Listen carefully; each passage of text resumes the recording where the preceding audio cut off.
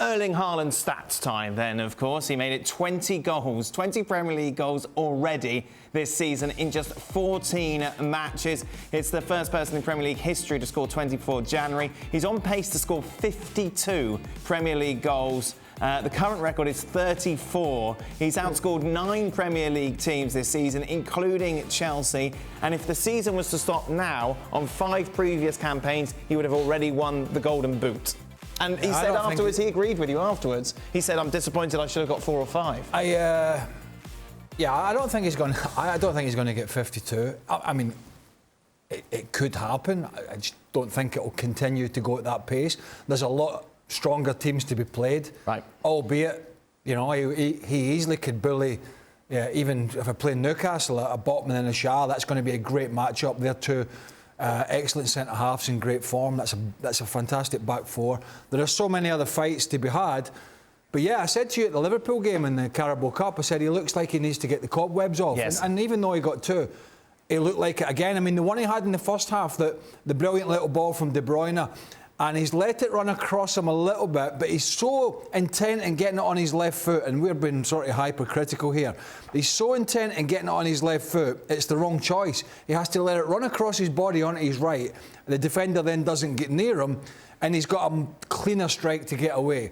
And the one in the second half, when he was, again, the great ball through, when he was straight through one-on-one with Melee, kind of gets it stuck under his feet. You kind of always expect to see that hit the back of the net. Yeah, he's kind of digging them out a little bit at the moment, and it's kind of like, you know, his touch isn't quite there, which seems strange to be saying for a guy who's got, I think, 3 goals in the 2 games back after the break. But he's a little bit rusty. Yeah. That's just... I mean, he's admitted that himself, as he said. Not bad, rusty. No, yeah, rusty. Not bad, especially given that return. Listen, the truth is, I think the only thing standing in Erling Haaland's way and getting to that 50-goal threshold is City's successes. Or injury. Surely it's got to be or injury. We don't wish that on anyone. But if City go deep in the Champions League, let's say, and Pep Guardiola decides to rotate, and we see how the games stack up, given this mid-season break, that's the only thing I think stops Erling Haaland. I don't think there's a single defence in the league to do that. What's the percentage, Jules? 50 in the Premier League.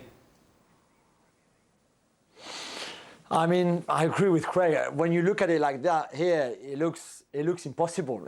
Come on, it looks impossible. If the likes of Thierry Henry and Shearer and Salah are his best and Luis Suarez are his best and Harry Kane are his, I mean, if the maximum they did and they achieved with 34, and that's not even all of them, you know, how can he do 50 or more? But if you look at the 20 he scored now, I think he's 13 or 14 XG, 14 expected goals or 13 expected goals. So he's clearly scoring some goals that you don't really expect him to score from the positions that he takes them. And yet, like we said, he can still score more. He could have scored more today in the last few games. You know, this is not even like him at his best, really like 2 chances, 2 goals per game, 2 shots on targets, 2 goals per game. It's not even that. So maybe 50 is possible then. Maybe why would he slow down? Why would they slow down? Even if you play bigger teams, you will always going to play weaker side anyway.